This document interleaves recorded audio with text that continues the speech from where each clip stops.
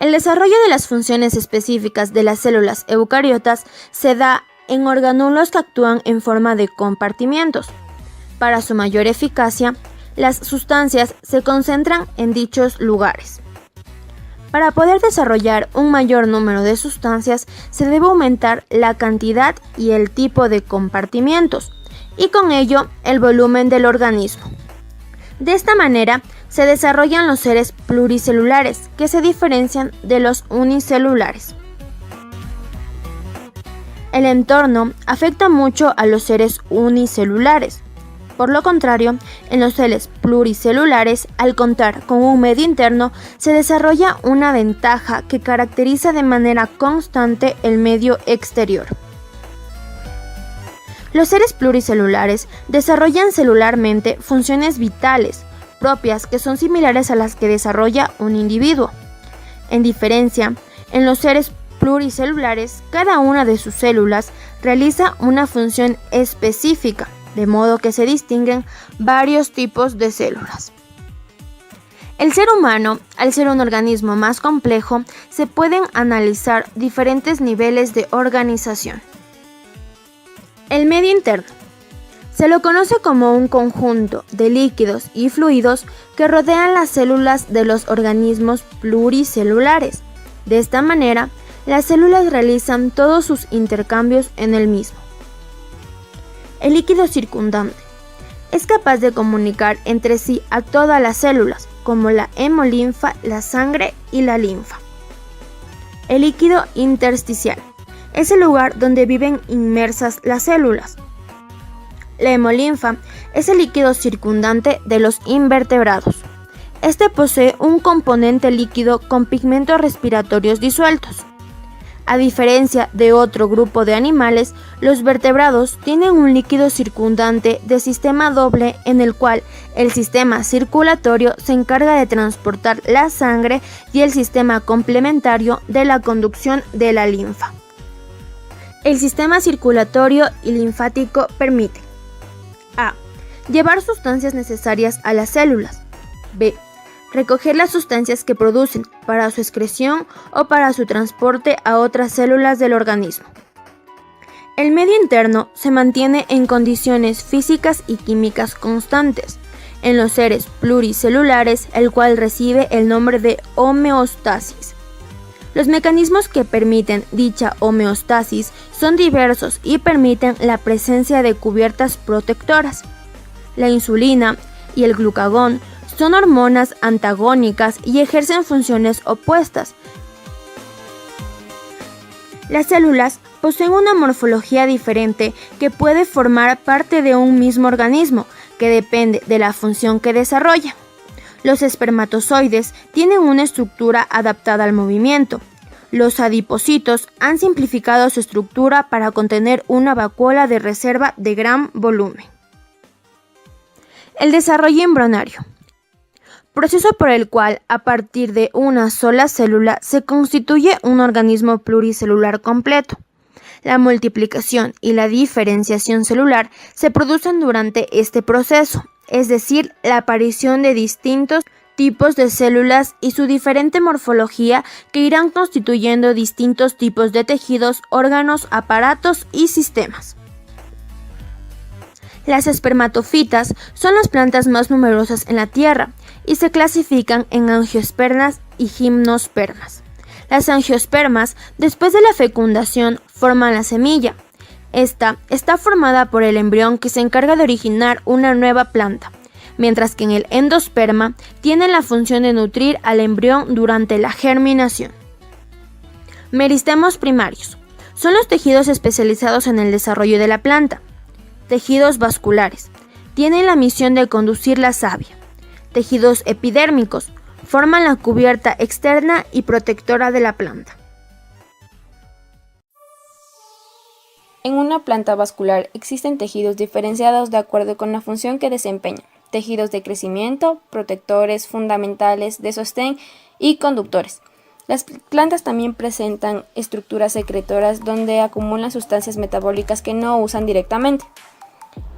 Tejidos fundamentales. En estos tejidos podemos encontrar el parénquima, que son las células que están vivas y mantienen la capacidad de división, forman masas continuas y en función del contenido desempeñan funciones diferentes, como fotosíntesis, almacenamiento de reservas o secreción. El colénquima forma parte de los tejidos de sostén. Sus células están vivas, tienen una forma alargada y paredes desigualmente engrosadas. Actúan como soporte de los órganos jóvenes de crecimiento. Esclerénquima. Al igual que colénquima, también forma parte de los tejidos de sostén de una planta. Sus células tienen una pared lignificada gruesa y dura. Suelen estar muertas cuando hay un crecimiento secundario y actúan como refuerzo y soporte de las partes que han dejado de crecer. Los tejidos de conducción son el xilema y el floema. El xilema es un tejido conductor del agua y los nutrientes minerales, es decir, la savia bruta, que va desde las raíces al resto de los órganos de la planta. Sus células son alargadas, de paredes lignificadas gruesas y sin citoplasma cuando son maduras. Son células muertas a la madurez. El floema es un tejido conductor de la savia elaborada, desde los órganos fotosintéticos a todas las partes de la planta. Incluye dos tipos de células conductoras: las células cribosas y los elementos del tubo criboso. Las células cribosas están provistas en áreas cribosas que son provistas de poros a través de los cuales se comunican los citoplasmas de las células vecinas. Son células vivas. Los tejidos de producción. La epidermis es la capa más externa del vegetal joven. Está formada generalmente por una capa de células aplanadas y fuertemente unidas. Las paredes de las células están recubiertas por una cutícula formada por lípidos del tipo de ceras, que protegen la pérdida de agua, intercaladas entre las células epidérmicas que aparecen en otros tipos de células. Los estomas están formados por una pareja de células clorofílicas arrillonadas, denominadas células oclusivas. Estas células dejan un espacio entre ellas, ostiolo, regulan el crecimiento de gases en el interior y el exterior de la planta. Los tricomas o pelos poseen funciones muy diversas.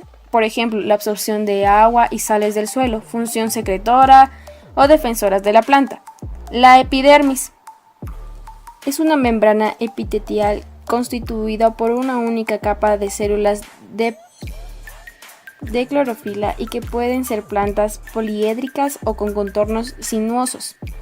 La epidermis reemplaza a la epidermis en los tallos y raíces con crecimiento secundario. Está formada fundamentalmente por el suber o corcho protector. Las células del suber están muertas, impregnadas de suberenina.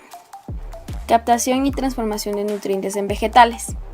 Para construir, renovar sus estructuras y realizar todos los procesos vitales, los seres vivos necesitan materia y energía.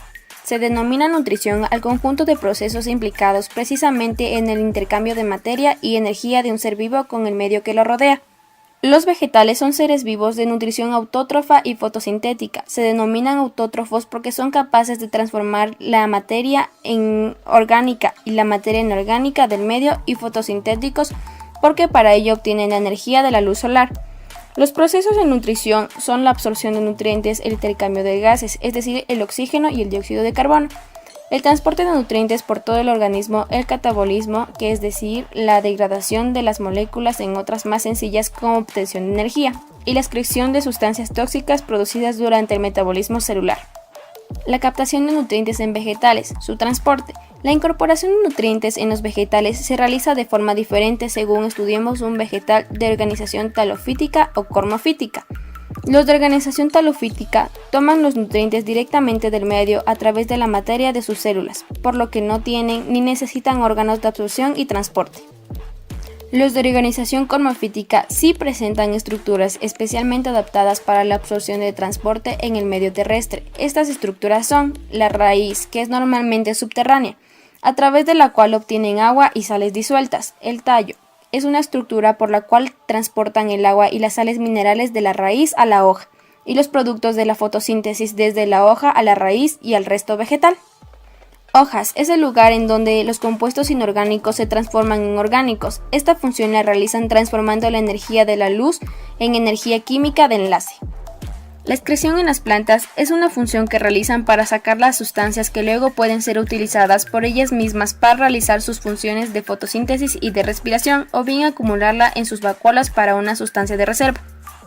En los vegetales no existe una excreción propiamente, ya que no tienen estructuras especializadas para realizar esta función. La cantidad de sustancias de desecho es muy baja. Algunas de estas sustancias son reutilizadas en procesos anabólicos.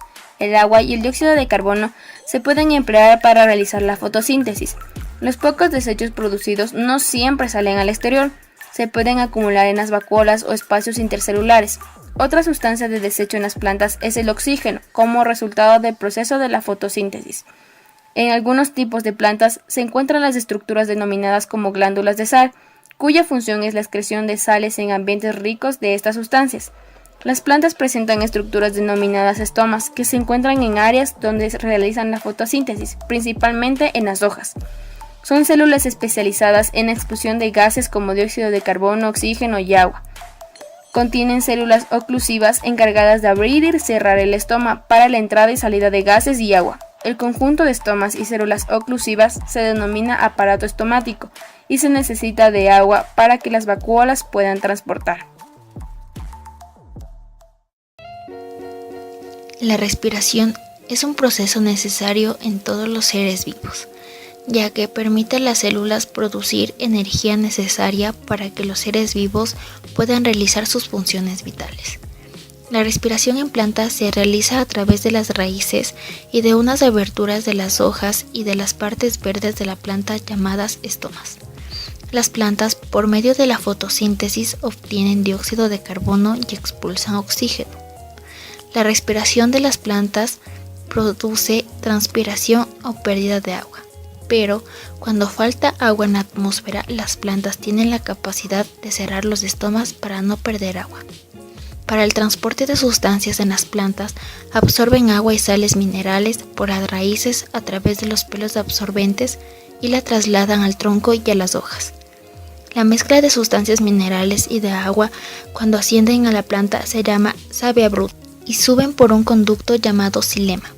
Al llegar a las hojas se produce la fotosíntesis, que es un proceso mediante el cual las plantas producen sustancias inorgánicas a orgánicas a partir del dióxido de carbono y agua en presencia de la clorofila, que es la captación de energía solar.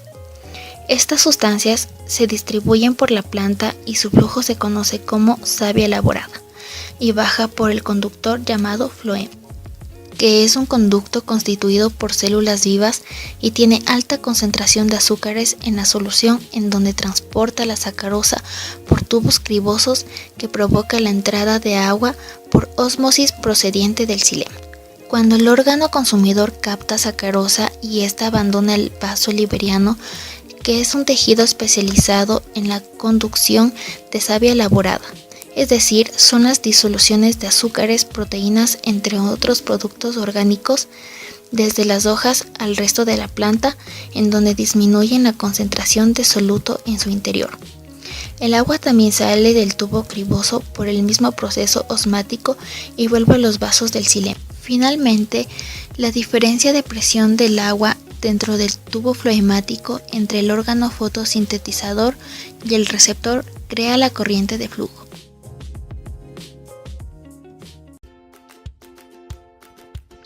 ¿Realmente las plantas poseen hormonas? La respuesta es que sí. Las hormonas vegetales, o fitohormonas, son los compuestos orgánicos responsables del crecimiento y desarrollo de las plantas. Se sintetizan y se utilizan en lugares distintos al producir una respuesta fisiológica. Los principales estímulos que afectan al desarrollo de los vegetales son el grado de humedad, la temperatura, la gravedad, las horas de luz y el contacto con los objetos. Los vegetales no poseen órganos propiamente dichos, sino una clase de receptores como el fitocromo, los estatolitos y las células sensibles al contacto.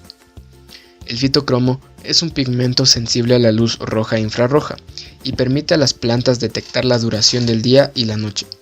También se sintetizan hormonas para realizar procesos como la floración. Los estatolitos son células especializadas en detectar la gravedad. Contienen amiloplastos, los cuales ayudan a que las plantas crezcan en el sentido correcto. Las células sensibles al contacto captan estímulos táctiles que desencadenan respuestas hormonales o movimientos rápidos. Las hormonas más conocidas son auxinas, citoquininas, etileno, ácido abscísico y giberelinas. la actividad de las fitohormonas está todavía en estudio. Un ejemplo de estas funciones es el mecanismo de acción de las auxinas que se producen en el extremo del tallo. Provocan su alargamiento debido al estímulo lumínico que hace que la curvatura del tallo sea en dirección de la luz. Esto permite a la planta cambiar la dirección de su crecimiento en pocas horas. Las auxinas también pueden ayudar al crecimiento de la raíz de la planta y es responsable de que crezcan raíces en un tallo cortado. Los estímulos son los que producen los movimientos de las plantas, gracias a la actividad de las hormonas. Así pueden usarlos para orientar sus órganos a la posición más favorable.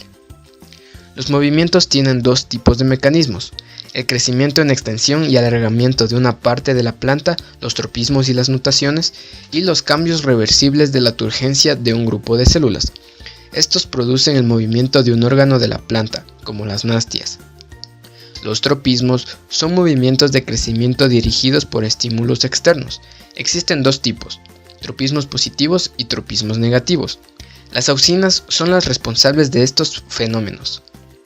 El fototropismo es el crecimiento que se produce como respuesta a un estímulo luminoso. El tallo presenta fototropismo positivo y las raíces tienen fototropismo negativo. El geotropismo es el crecimiento en función de la fuerza de la gravedad. El tallo tiene geotropismo negativo y las raíces tienen geotropismo positivo. Las nutaciones consisten en un crecimiento desigual del tallo o de las hojas, que produce una forma helicoidal de estos órganos. Se da en las plantas trepadoras. Los tallos volubles crecen en espiral y cuando encuentran un soporte se enrollan sobre él. El jazmín y el lúpulo son ejemplos. Los zarcillos son hojas modificadas que al entrar en contacto con un objeto se enroscan a su alrededor. Esta respuesta es más rápida que la del tallo voluble. El zapallo y la arveja son ejemplos. Las nastias son movimientos rápidos de una parte de la planta, que puede volver a la posición inicial luego de que el estímulo que la produjo haya terminado. Las fotonastias son provocadas por las variaciones de luz entre el día y la noche. La planta se abre por la mañana y se cierra al anochecer, como la cederilla y la mimosa. Las sismonastias es el movimiento brusco o el simple contacto con un objeto que produce el cierre de las hojas.